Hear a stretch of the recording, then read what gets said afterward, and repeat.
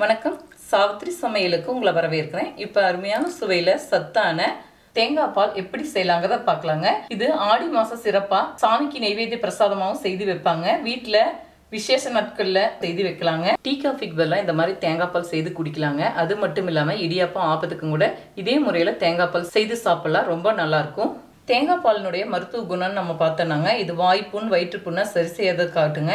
உடல் வலுப்பெறதுக்கு ரொம்ப உகந்ததாக இருக்குங்க. தேங்காய் பால் செய்யறதுக்குங்க இந்த அளவுக்கு பெரிய தேங்காவாக ஒன்று உடச்சி எடுத்துருக்குங்க.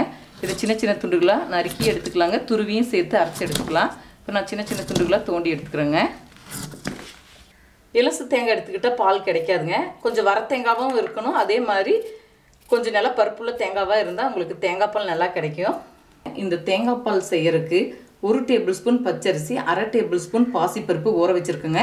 தேங்காய் அரைக்கும் போது இதையும் அரைச்சி எடுத்துக்கலாங்க. இனிப்புக்கு தேவையான அளவுக்கு மண்டவெல்லம் எடுத்துருக்கேங்க. இதை பொடிச்சு எடுத்துக்கலாம். நீங்கள் துருவியும் கூட மண்டவெல்லத்தை எடுத்துக்கலாங்க. இல்லாட்டினா இடிகளில் தட்டியும் கூட எடுத்துக்கலாம், நல்லா பொடி பொடியாக. இப்போ நான் கத்தியில் இந்த மாதிரி துருவி எடுத்துக்கிறேங்க. உங்களுக்கு சீக்கிரமாக துருவி எடுத்துடலாம். ஒரு முழு தேங்காய்க்குங்க 180 கிராமுக்கு கொஞ்சம் கூடுதலாகவே மண்டவெல்லம் பொடிச்சு எடுத்துருக்கேங்க. இப்போ நறுக்கி வச்சுருக்கிற தேங்காவை சேர்த்துக்கலாங்க. 5-6 ஏலக்காய், இது கூடவே ஊற வச்ச பச்சரிசியும் பாசிப்பருப்பு. தேங்காய் பால் கூட பச்சரிசியும் பாசிப்பருப்பு அளவாக சேர்த்துக்கணுங்க. அது எதுக்காக சேர்த்துக்கிறேன்னு பார்த்தோன்னாங்க, தேங்காய் பாலினுடைய திக்னஸ்க்கு வேண்டியும் கூடுதல் சுவைக்கு வேண்டி சேர்த்துருக்கோங்க. இப்போ ஒரு 250 ml தண்ணி சேர்த்து நல்லா நைஸாக அரைச்சி எடுத்துக்கலாங்க. இப்போ நல்லா நைஸாக அரைச்சி எடுத்துட்டோங்க. இதை வடிகட்டி எடுத்துக்கலாம். இதில் முதல் பால் 2வது பால் மட்டும் எடுத்துக்கிட்டால் போதுங்க. நல்லா பருப்புள்ள தேங்காவாக எடுத்துக்கிட்டாங்க, பால் நல்லா கிடைக்கும். இப்போ முதல் தேங்காய் பால் எடுத்து வச்சுட்டுங்க.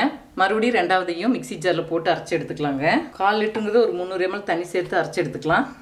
2வது அரைச்ச தேங்காவையும் வடிகட்டியில் சேர்த்து நல்லா பால் எடுத்துக்கலாங்க. பாருங்க, இப்போ எல்லா தேங்காய் பாலையும் நல்லா பிழிஞ்சு எடுத்துட்டேங்க. இந்த சக்கையெல்லாம் தூக்கி போட்டு பால் மறுபடியும் ஒருக்கா நல்லா வடிகட்டி எடுத்துக்கலாம். வெள்ளத்தை கொஞ்சமாக தண்ணி விட்டு நல்லா கொதிக்க வச்சு வடிகட்டியும் கூட சேர்த்துக்கலாங்க. நல்லா நைஸாக வெள்ளத்தை பொடியாக துருவி எடுத்துருக்கிறனாலங்க இந்த தேங்காய் பாலையும் நல்லா கரைச்சி விட்டுக்கலாம். உங்களுக்கு எந்த அளவுக்கு இனிப்பு தேவையோ அந்த அளவுக்கு நீங்கள் வெல்லம் சேர்த்துக்கலாம்.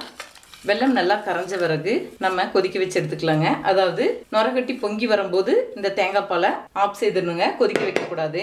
இனிப்பு பத்தலைன்னா டேஸ்ட் பார்த்துட்டு மறுபடியும் கூட கொஞ்சம் வெல்லம் பொடிச்சு சேர்த்துக்கலாங்க. நல்லா வெல்லம் கரைஞ்சி வரட்டும், வடிகட்டி எடுத்துக்கலாம்.